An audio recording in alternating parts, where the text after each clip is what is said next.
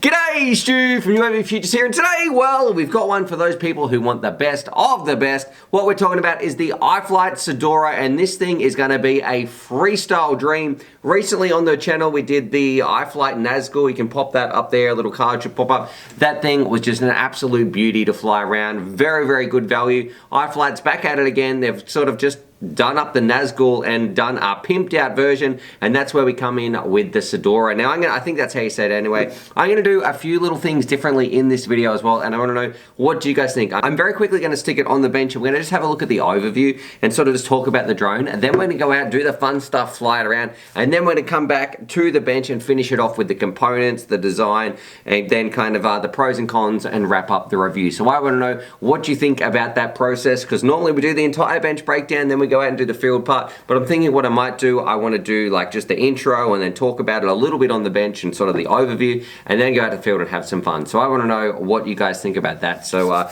put your comments down below. I really would appreciate some feedback, but let's do it. As a bit of an overview, hopefully this is going to be in shot in the roof cam. I've got a 4S version and also a 6S version. I'll be talking about the 6S version probably in the bench breakdown because it's nicer and cleaner, because I have been flying this thing around an awful lot. And essentially what it is, and check this out, where is a battery when you need one? Bear with me.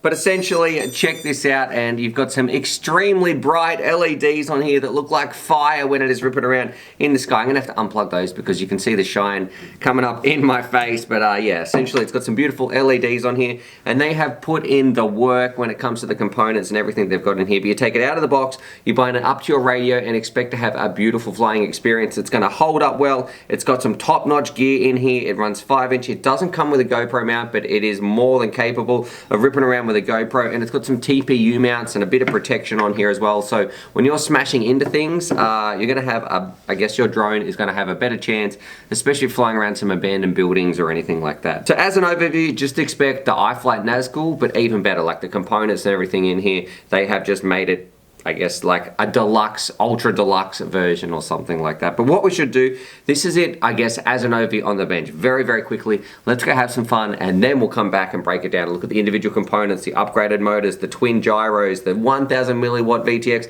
all that sort of stuff, because it definitely does have a lot of things going for it. So let's go out to the field, have some fun, and then we'll come back after long range Tony and myself. We'll show you some footage, all that sort of stuff. We'll come back and break it down. So let's do it in 3, 2, 1. Top of the tree. What happened, Tony? I hit the tree! Radio out here in the field. Let's do it. We're going to rip around Iflight's latest freestyle ripper. Now look, this is the upgraded one from the Nazgul. We've seen it on the bench. We're going to see just how well it goes. I'm pretty excited because I absolutely love the Nazgul. We're out here with long range Tony as well in the field. Of course, he's doing the walk of shame, stuck at the top of the tree. But let's do it, rip it around and see just how well it goes, what's it like, should you get it, all that sort of stuff, and have some fun. Show you some HD footage and also some DVR when Tony's flying around, and yeah, just find out, is the new Iflight as good as everybody's saying? Ready up, let's do it. Radio, let's have a look at some HD footage, and first things first, if you're a freestyler, you're going to be very happy. Look at this, it is just disappearing to the moon, plenty of power, and especially if you put some thicker props on here, this thing is just going to disappear. Probably go back in time, it's going to be going that fast. But what you're not going to like this if you are a battery, because it is definitely a bit of a heavier beast, and it is going to be sucking down those amps. So it's got power to give, but make sure you've got some good batteries to stick on here. But also, if you're a freestyler, you're probably going to love it as well. It is very, very smooth to fly around. I know a lot of racers out there, I'm going to say this is too heavy for racing. Sorry if you want to get this for racing, this one's a bit of a no-go. But if you want something you can really flick over the top of the trees, do some power loops with, it feels very controlled in the air, very locked in, and especially once we put on air mode, it's just kind of a nice, joyful flight experience, and it's doing exactly what I want. What I really like, I didn't have to fight the craft. It was going everywhere where I pointed it, and it was kind of just, it felt really intuitive and graceful on the stick. So I know my acro flying doesn't always do the best to sort of come across and show that, and you guys can be the judge and leave all those comments of how I'm a terrible sort of acro pilot down below. But yeah, I found this one, it was really nice. If you wanted to get some nice footage, you could slap your GoPro on the front of this, and if you've got the skills, you could get some really nice, graceful gliding shots, and it hangs nice. nicely in the air, and you know, you can do a few little tricks, link them together, and yeah, I think a lot of people could pull something off. And even better, if you're going to throw this indoors and do like an abandoned building or a bando or something, you've got all that TPU protection on here, which means you can get those shots, risk your drone, and you don't have to worry about it breaking quite as much as if you've got something a little bit more fragile that might be flying around. Now in a moment, have a bit of an unlucky stack. I think I decided to do a bit of a power loop and try and go underneath the bottom of this tree or something like that, and of course it didn't go well, and this is why I always think you should land after a bit of a tumble. There we go, so I had a bit of a tumble, but I always say people should land, because otherwise if you keep flying, after a little bit your battery could be hanging out, and well, it's often a little bit of disaster.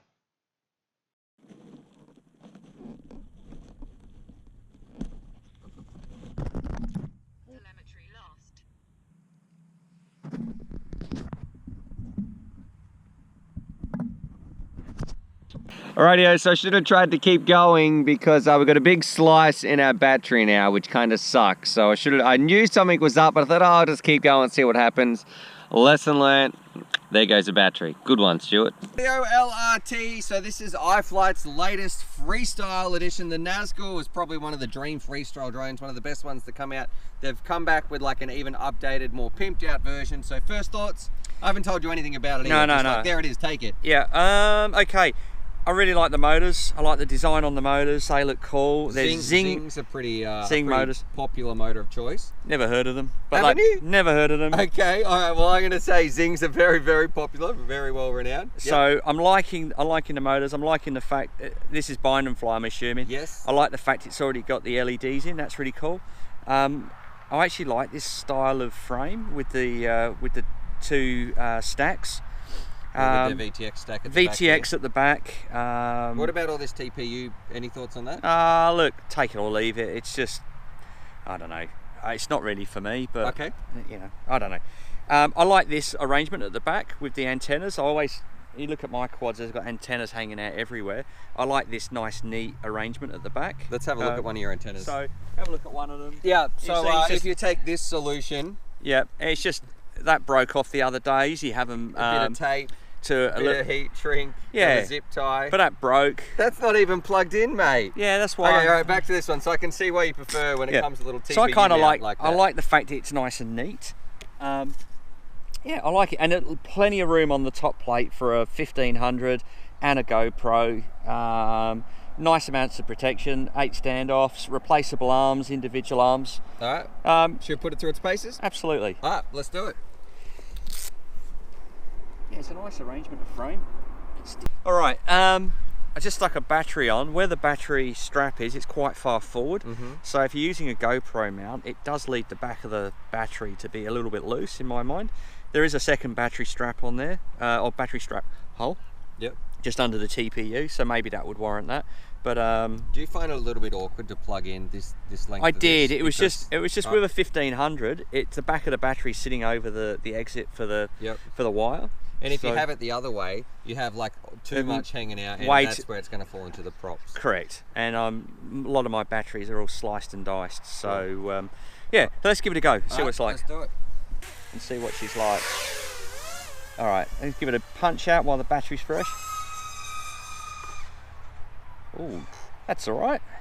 She certainly got a bit of grunt. I thought you lost it there for a second when you said "oh," but no, that was a good "oh." No, it's like, I've never heard of these Zing motors. I just pick stuff up and fly it. But no, these motors seem like they've got a bit of grunt. Very, very responsive. Plenty of power. It's certainly not a. So this is a freestyle quad, I would say, rather than a racing quad. It's also a little bit heavier. Yeah, and I like that. I like the momentum when you can just do some nice floaty moves, and yeah, it's few power loops. It's nice actually. This is really good. I haven't had too many quads that are in this setup, and I've always thought they make really good freestyle quads. What do you mean? Well, you know, when you look at a lot of the good freestyle pilots, I can't even think of the names. All the ones that I can't even think about. But you know, no, Tony's heroes. I think like Mr. Steel, and all right, this is a very, very popular shape of quad for them, And with you know, the top-mounted battery, top the GoPro mounted at the front. Yep. Absolutely, it's a very popular style, and I can see why. It feels really nice in the air for doing the sorts of things that you'd be doing as a freestyle pilot. Are you getting any breakup or any oscillations? How's the video? Do you know what? There is absolutely no oscillations on this thing that I can feel. If I go around prop wash, no, it's really nice and tight around the corners. The tune's really good. I like the camera, the way that it's got a really good field of view. It's not that super wide view. And oh, yeah, clip a tree. VTX is very clear. There's certainly not a lot of breakup. I was flying down behind this tree, the big fat tree down here, and I was getting a lot of breakup on my quads. You get a little bit of fuzz like that. But no, this is good. It's really nice and smooth, really good tune. There's no oscillations, there's no prop wash whatsoever, and flies beautifully. I really like it. So this is an Iflight 5-inch quad. Everything's stock here. Yep, absolutely. And it had a really nice VTX, got a massive heat sink on the back, so I'm guessing as a freestyle quad you can probably crank out the transmission power over 200. We'll check that and post it up on the video, Stu. Yep. But yeah, look, this is a lovely freestyle quad, and it would certainly be very good addition to my box. So Stu, when you finish reviewing, just come and drop it off with me and I'll take care of it for you. No worries, thanks Tony. Cheers, mate. That's not happening. Alright, thanks mate. Very nice. Right, do a yaw spin. Do an inverted yaw spin. Hang on, let's do a power loop over that tree. Yep. Oh, and into the tree. Inverted yaw spin, you ready? Yep. Let me get my orientation right. Yeah. Where are we? There we are. Okay, here we go. Let's see. You know what? That was actually pretty good. Nah, that was terrible. Do another one. I thought that was alright. It's better than I can do.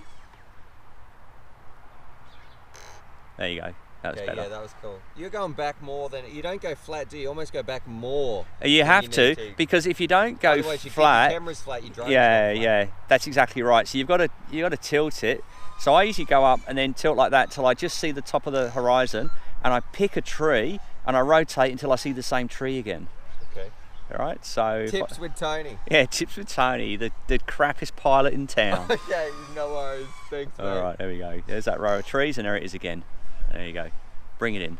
Alrighty. Rightio, so now back at it in the studio. Let's do it. It does fly extremely well. Let's break it down and find out why that is the case. I'll get my lucky, happy flying toothpick out here. So, not toothpick, chopstick, I should say. Pardon me. And essentially, we start at the outside in. You do get a couple of tri-blade props. I don't really like these props at all. I feel like they're a little bit too flimsy for the sort of freestyle that I want to do. These feel like almost like racing props or something to me. But yeah, we've got a very solid, rigid frame underneath. It's all chamfered. You're not going to be getting any splinters, and this is going to come in with the quality as well. The quality of this carbon is absolutely outstanding. I can't really believe that this is just coming from like a mass-produced Chinese company that's making this stuff. Iflight is absolutely killing it at the moment. Some nice big thick arms, and of course you've got all those little TPU parts that we talked about as well. It looks absolutely stellar, and then some stars of the show. So I don't know if these zings just have a special name or there's a special type of zing, but they're 2306s. This one's 1700 kV.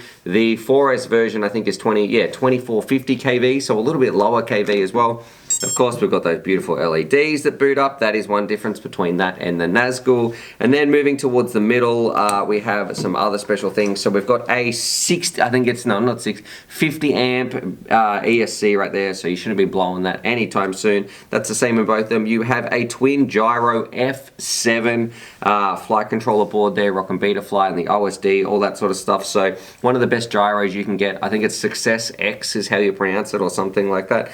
Of course, I got mine that came with an XSR, so I combined straight up to my Tyrannus radio or jumper radio. I think I was using the jumper actually.